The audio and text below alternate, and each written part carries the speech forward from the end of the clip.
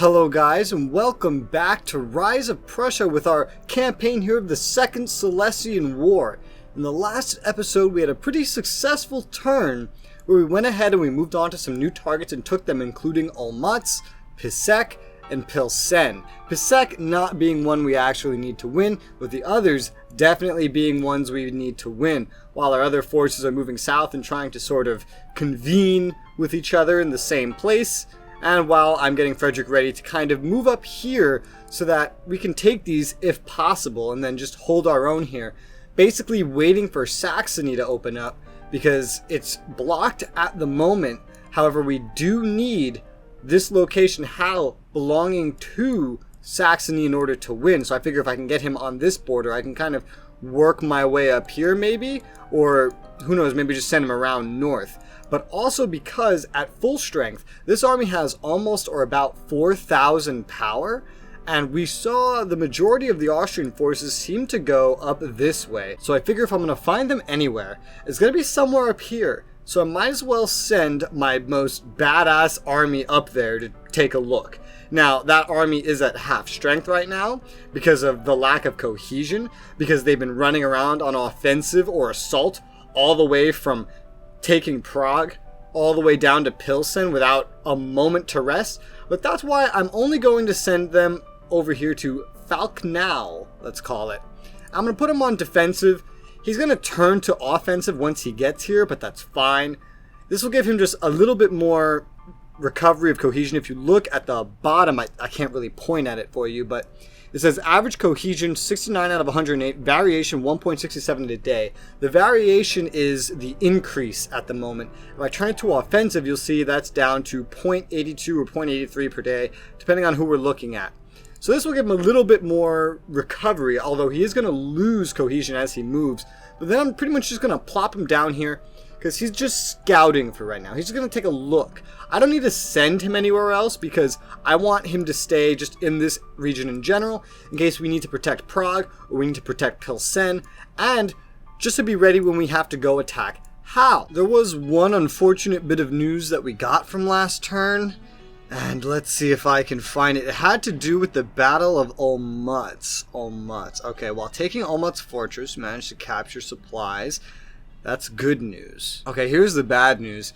Austria destroyed the Olmutz depot as intense fighting happened in the region of Olmutz. So it had a depot, and now it does not. So with Olmutz, we have another strategic location that we've captured. We're going to stick this fort battery we captured in here, put it to defensive, defend, just standard, and we're going to need to leave another unit here in order to retain control for the purposes of winning the game and gaining victory points. And holy crap, the Austrian morale's at 37. Wow, they're only like 2 or 3 steps away from hitting the rock bottom point for cohesion reduction. Last turn they were at a minus 25% to their cohesion, and now with their new morale they're at a minus 30%. If they lose another 3 or 4 morale, they'll be down to minus 35%. So the more we can keep up the pressure, the better. Of course, it's going to be a little tough, seeing as our next and last real big objective to take is Brunn, and our 2 armies that are closest aren't exactly right next to the place by any means. Look how tired this poor man is at just constantly being on the run and getting into battle. Look at the cohesion of his army. This is a big, strong army, at the very least half as powerful as what Frederick is running around with, and yet you'd never guess that by the power. This is the power of just one extraordinary brigade, not an army filled with them. Apparently I've totally forgotten about tossing this unit in with the fort battery. At some point I got sidetracked. So I already had this Fusilier ready to be tossed in as it stands, so let's toss him in there, put him on permanent sentry status. I'm afraid to just move this guy anymore for the time being, so I'm just going to let him stop in Boskowitz and just sit down. He's going to sit down in the offensive stance, but he's already almost there, so his cohesion variation will be like halved, but it'll be fine. He'll just take control of the region. He'll get a chance to rest. He'll get like 13 days to rest or something. As you can see here, I have Nassau, the unit that was given to me to work as the owner or leader of a corps, basically. He even has the assaulter to match. However, they didn't give me more units to work with, and the other units they gave me pretty much fit into all the armies I already had, all the corps I already had, so I thought up a new purpose for him. Turns out a general runs like they're on crack if they're running around by themselves, which is good. So I decided to send him, follow the line, all the way back up north. Apparently he's going to travel in the fucking river. How the hell is he going to do that? Cross river. Into river. What? Okay. I don't understand how this works, but he's traveling through the river, apparently, without a boat. I clearly have missed some rule about unit movement here, or there's just something I'm not aware of. Because it's not like he's just going to stop in Prague and take any boats. There's no boats here. All my boats are up north. So maybe just one unit is allowed to travel through river. I don't know. But as you can see, he's going up here. And then he's going to arrive in Magdeburg. And I'm going to join him in with the Sonder Corps, which as you see is led by this guy named Leopold I von Anhalt-Dessau. We already have a Leopold, so you will be Dessau. He's fixed for another 7 turns. It was like 12 or more or something like that at the start. I've already left a brigade with him that was free to move around, actually. It was this artillery brigade here. But I noticed, and I don't remember if this was the case before, but he has a required command of 30. I could have sworn his required command was hit already. I don't know why it's not anymore. That being said, I am going to send Nassau over here. He's like a 2-star general, and he has 4 command that he provides, which would get this guy up to perfectly what he needs to move at full efficiency right now. So that should actually end up increasing his power from 1600 up towards 2000. I can make it even more efficient if I make Nassau a brigade leader and I give him, for example, the cavalry, or if I give him the elite infantry here, or some mixture of that. Marwitz over here is actually doing really well. He assaulted Olmutz. He survived. I forget if that was last turn. I believe it was. And then he rested for the rest of the turn. And his cohesion on all of his units except this one artillery, which appears to be his only artillery, is not up to snuff. His supplies are a little problematic as well, you could say, but it's not like there's even a supply depot over here. The supply at... Yeah, okay, all their supplies are doing as well, but that's because I've kind of blitzed them. You know, him to Konglomerat, and then following this army around, getting into fights nonstop. Marwitz to Troppau, and then Olmutz, one after another. And you know what? It's not done yet. So we're going to send Marwitz here down south. All right, this is a pretty quick trip. What if we follow it all the way there? 11 days to get to Brunn and start a siege. I like that.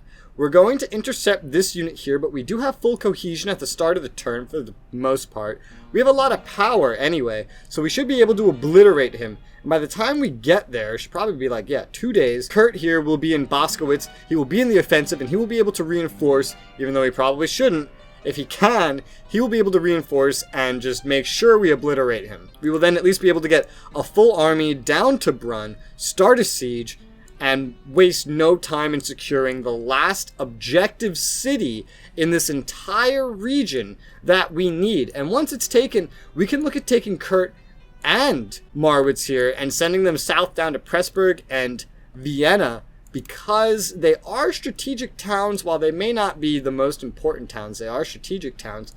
Where's this? Oh, what? Okay, apparently, where is this? Apparently taking the city of Pest in Hungary is a strategic objective as well. That's also down here, so I guess that could fall in with their objectives in general. At the very least, we take Pressburg. I can send an army to Angram, if not directly over here, and then take these off-map locations. I keep forgetting they have off-map locations in this scenario. They didn't before. On the other hand, we've taken Pisek, of course, this turn. We don't need to leave a unit here like we usually do, because it's not a strategic town. It's not an objective town. It's just a town. We have nothing to retain control of for any points or score or objectives. We will just retain control of it by happenstance of owning it. Which then frees up Leopold here, which I just realized is also named von Anhalt-Dessau. So I guess he's related to this guy up here, because we got Prince Leopold I von Anhalt-Dessau and Erbprinz Leopold Maximilian von Anhalt-Dessau. So that's not totally confusing. But we basically have freed him up to go do some other stuff. We can either send him northwest with Frederick for a battle that we don't yet know we need him for, or we can just take a look at the locations over here and see if there's anything else we want. Now, as you see, this has popped up here. Budweis is a city that produces 2 conscripts every turn. That's 2 conscripts right now currently going towards Austria. It also has a fort. It has bare minimum units. It's not very defensible. It's not just a generic city producing supply or anything. You know, it has a fortress. It actually produces an asset that we could use. So, for the time being, I'm going to toss Prince here onto the defensive while he then marches to Budweis, and then he's going to get there in 11 days, and he's going to start a siege, and we'll probably take our time with this, depending on what Frederick finds on his little adventure to the northwest. Maybe we'll need to rush this and head northwest, or abandon it and head northwest. I don't know, but I do want to take it because then I can deny some resources to the Austrians and gain some for myself. I don't believe there's anywhere I've necessarily skipped over for that purpose as well. We haven't gone through this location, but this is, because this is Saxon. Yeah, I probably can't stop them from getting Saxon resources, and going down here towards Linz is gonna be impossible if I'm not backed up by the Bavarians. However, holy hot fucking damn, look down here. Pressburg and Vienna are actually really valuable. What are they producing? Money. Money, oh shit. I don't think they produce too much money. I mean, if we go take a look up here, you know, Berlin is our capital, whatever. It produces 8 money. Where's our money? Where is it? Right here it is. We get an income of 34. So that's a huge amount. We get a total income of 34 between everything we own. I don't know what their income is, but Vienna alone produces 15 money. Can you imagine if we could deny them that? Oh, the capital of Hungary produces 8. That's a yikes. But that means that they have a good amount. They're maybe getting as much as we are, despite how much they've lost. Taking Vienna would be a great boon. I really hope we get the Bavarians.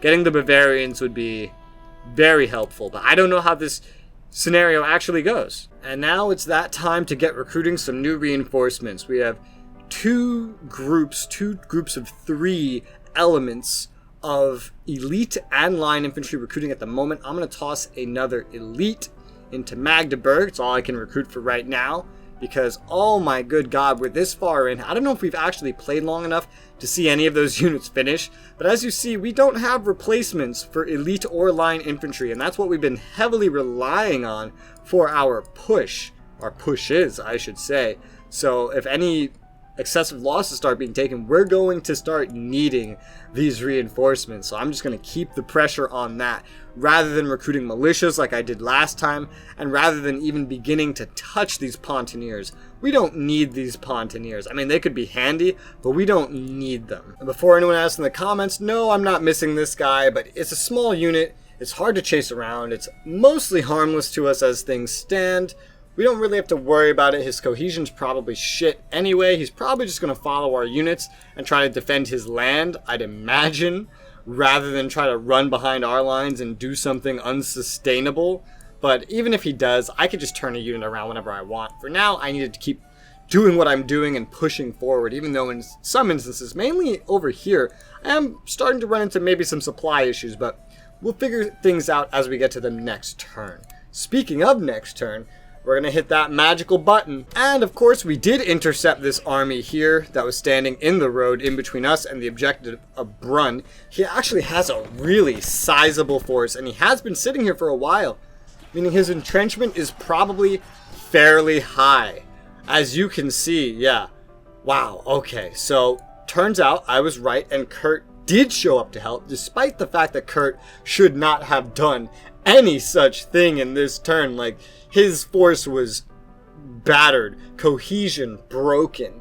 He had no business joining this fight, but the madman did it. The madman did it. So we had about 46,000 by the end of the fight. They had a stack of about 8,632 men. Yeah, 48 cannons. That's sizable. This is a force that it's to be reckoned with. It could totally take one of our locations. No elements lost on either side. However, you take a look, they lost way more in hits than we did. They took over 3 times the amount of hits we did, mainly in this range part, but also in the assault, as you can see, despite having a defensive entrenchment of 200. I'm really just surprised this went so well. I don't know. The battles seem to have favored me so far. And this is on normal difficulty. It's not on easy or anything. It's not on hard. It's on normal. So I don't know if that has anything to do with it. One of our elements actually got routed during battle. I'm sure that came from Carl or Kurt. I'm getting their names confused. This is Carl. And 13 of theirs were routed. So that's a good victory for us. They lost 2,941 men. Whereas these are not permanent losses because they didn't lose any elements. They can be recovered given some rest. They lost, like, what is this? More than a fourth? Almost a third or more than a third of their men that they had. As well as a similar amount of horses. No cannons. We only lost 764 men and some horses. Not comparable to their losses, especially relative to the size of their force. Looks like he retreated across the river. Oh, there's some Austrians coming out of the woodworks here. That was a small force, otherwise we would still see him, and we're now back on our turn. As you see, Nassau has worked his way all the way up here, just like that. He'll arrive next turn, no problem. He's having no problem with supplies or anything, which is good. We know there's someone running around here, and they may decide to cause us some problems, but there's no way they have enough in any sort of force to, take Prague, level 3 fort, with an infantry unit, a commander, and 2 fort batteries defending it. No way he's going to take it, so I don't really have to worry about that. Mainly my supply lines would be what I'd worry about. But as it stands, I have nothing to worry about. So we're going to go into the defensive for right now, and it would be good, actually, if we could just cut them off in general. Just completely take an axe to their passage through here. And the easiest way to do that would be, again, to take this fort. Now, I can't just do that. Well, I can, it seems. It's a stupid idea. It has about the same amount of defenses in terms of units, but it has a size 2 fort. This doesn't even have a fort. So, tell you what I'm going to do. I'm going to take Frederick. I'm going to go across the river here. It's going to take 7 days just to get here. I'm not going to assault it upon arrival. I'm not. I want to give Frederick a couple days to kind of recover. Even if it is in the offensive stance, I want him to get some cohesion back. And we'll assault next turn. Why? Because frankly, I'm not in a rush. The moment he's here, he has now choke pointed a crossroads leading through Austrian territory. Now, it looks like they can go through Saxon territory, but I don't believe they can before Saxony joins the war. So as it stands, if the Austrian forces are still down here, which they may be, then if they want to take a road and a fast route where they'll have supplies, then they'll have to come through here. That being said, there is some sort of fortified camp being built here. So there is some kind of army here, maybe even one of their larger ones. Looks like this was made during this campaign as well, so there might be another one here, or otherwise there might be just an army setting up forts in their wake. He might come out of here towards Pilsen. It's fine. Frederick's still going to be in the area, and so's Leopold. Speaking of Leopold, he has arrived. He's in the offensive. His artillery is not looking very happy. Not that it needs to. Everyone else is looking pretty damn fine. And the defense here is eensy-weensy, just nothing. I'm going to put him on the assault. He's going to take Budweis, take it over, and then he'll have the rest of the turn in order to recover any cohesion that he realistically can, which would be good. Of course, not at full potential. Full potential isn't defensive posture, by the way. It's passive posture. But you don't want a force on the front line to be in passive posture unless you know he's safe. Ooh, so we have some bad news here. So I guess it's not that bad of news, but it looks like Marwitz here has deactivated. So even if we wanted to assault Brunn this turn, that's going to be a no-go. We cannot do it. He cannot move onto the offensive or assault while he is deactivated. That is a shame, but I mean, not much I can really do about it. As for Kurt here, what can I do with him? I can send him, I might as well just send him down the line. It's going to take him 18 days to get there. Fucking damn, that's awful. Alright, well he's not going to get there next turn is my only issue.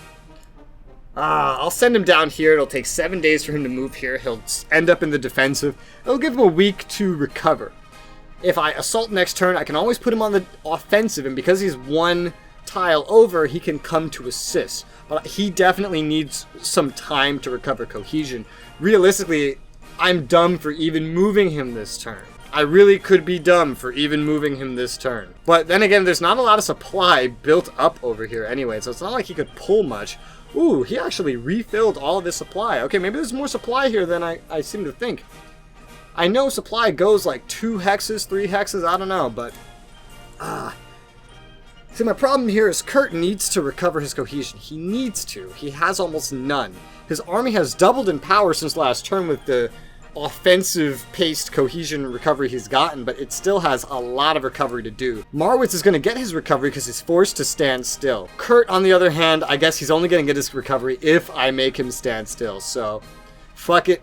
I've been blitzing this whole time. I need to give my units some time to recover, at least in my opinion. So I'm just going to leave him here on the defensive. His recovery of his cohesion is going to double, or more than double. So that'll be good. He'll probably be good to go next turn, as will Marwitz. Leopold, on the other hand, is probably still going to be lacking cohesion next turn, especially on his cannons. But he will take Budweis, and he will have 13 days to recover at the very least. Frederick is probably not going to be too well off, but since he is going to have time to rest, like I'll probably give him one, maybe just the rest of this turn, maybe another turn to rest. I'm not assaulting Egger until I get time to recover, I'll tell you that much, because I know there's at least one army right here. I know there's a small force running around here. And that force that was over here is either still here or it's running around, of course, causing me some issues over here, and again, I don't know where. Based on the military control, I know he has not left Austrian territory at the very least. We are maintaining control over all the areas which we already have control over. If we take a look at this screen here, we'll see the Austrians still have negative victory points. Their income is down to 11 per turn, and the kill-death ratio is actually just getting better as time goes on, surprisingly, despite my very blitzkrieg, lack of cohesion tactics I've been doing. Their morale has gone up by 2? Has it gone up by 2? It's gone up by 2. Even though I gained 4 national morale in this Battle of Kramsir, which is, I guess, that skirmish we encountered. Yeah, that's the only battle we had. We finally had a turn where units have finished training. 1 line infantry and 1 elite infantry by the looks of it, yes. So we have 3 elements to distribute, and they'll probably distribute this turn, honestly, like all of them. So we do need to get some more on the line. The infantry, get it? Line infantry, yeah. Speaking of, I'm going to toss 1 line infantry down because we only had 1 recruiting now. Now we have 2. We have 2 now recruiting of elite, but we still have enough resources to recruit another elite. That's very good. And, ooh, the locations where we can recruit them does seem to have expanded.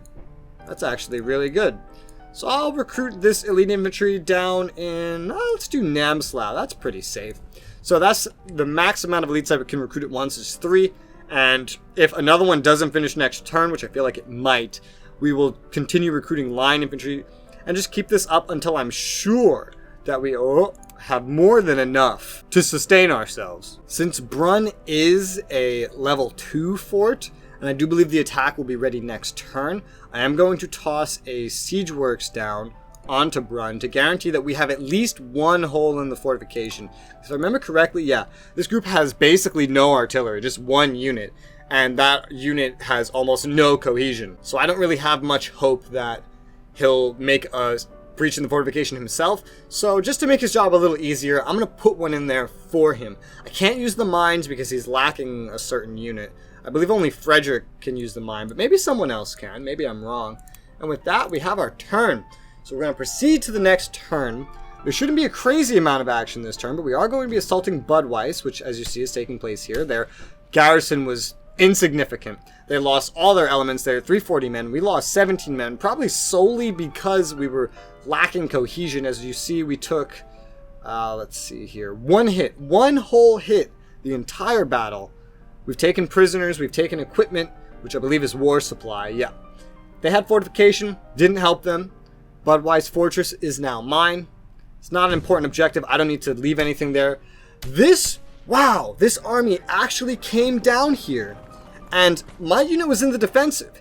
He walked down here and attacked Marwitz and his army. He straight up was here.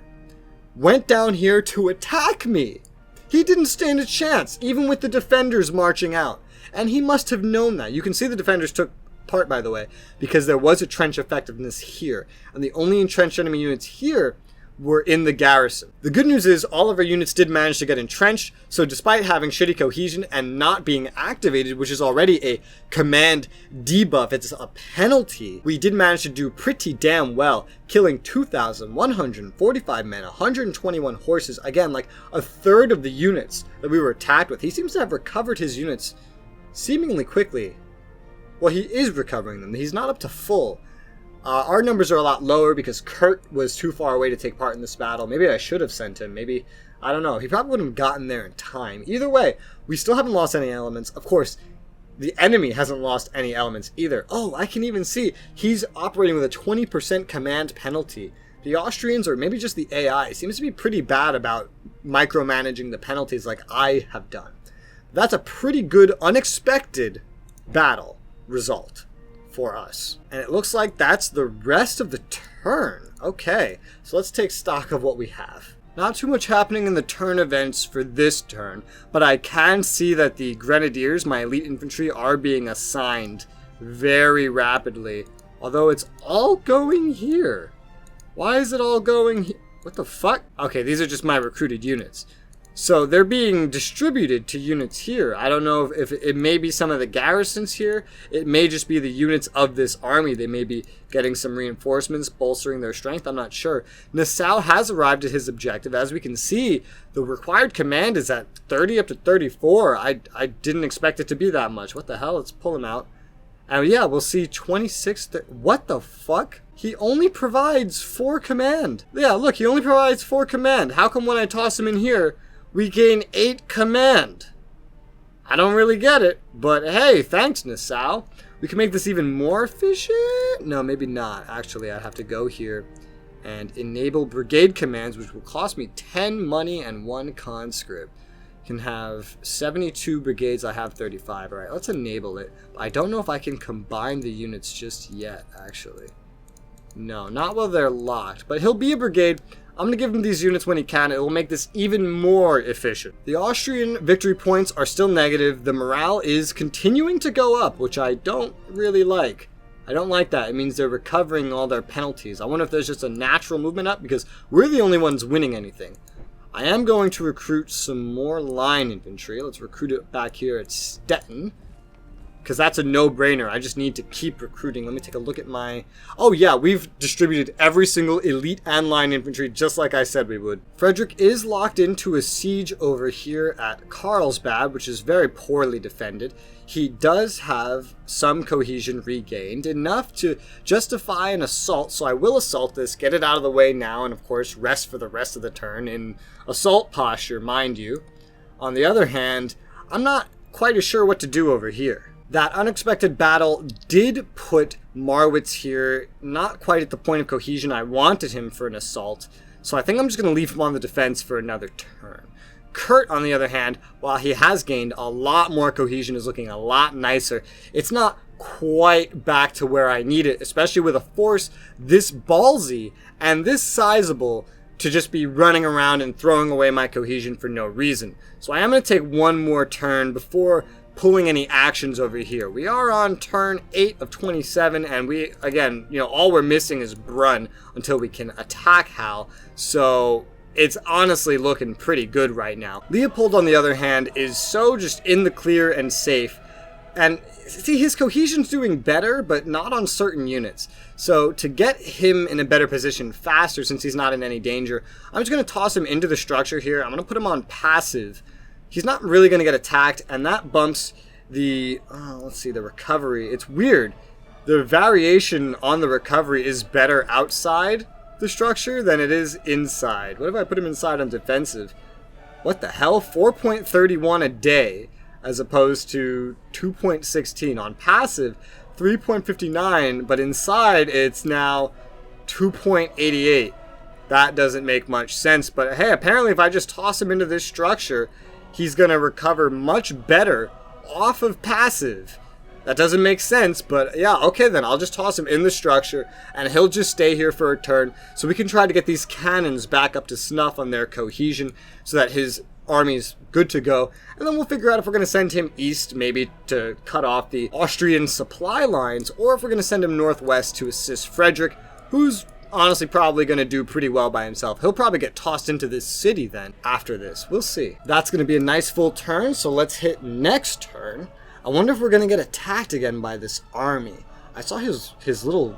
Oh, he is. You saw him moving. He's going back to attack again. Thank God I didn't assault there. Frederick has assaulted his target of Carlsbad. He lost some units, like 139 men, but he killed enough, right? He took the city. We can see that. He even captured some fort batteries. I didn't realize they had fort batteries here. That means we gained some cannons to protect this place. Maybe useful if we need to entrench here. But no elements lost, so that's really good. Wow, what are the stats on this? That's a lot of discipline, despite having shitty stats. Alright, well, let's close that window. Okay, okay, so he is going to attack. I was going to say, did he move but not attack? Nope. He did come down here to fight again. Oh, okay, so we have less men than we've had in the recent fights, but finally, look at this. A very decisive, very critical battle, finally, where we were attacked by, what's his name? Oberst Thungen. I don't know how to say it, but he lost a decent amount, not a crippling amount, but a decent amount of elements. These must be replaced from the replacement pool, which will strain Austrian resources to do, especially while he's currently so unsafe sitting where he is. His men were already down to 4,900. He hasn't been recovering very well. He might not have access to enough supply. And even then, he lost another 1,500 men. He's slowly losing his power, and we are maintaining our power for the most part, thanks to my more defensive, less blitzkrieg actions.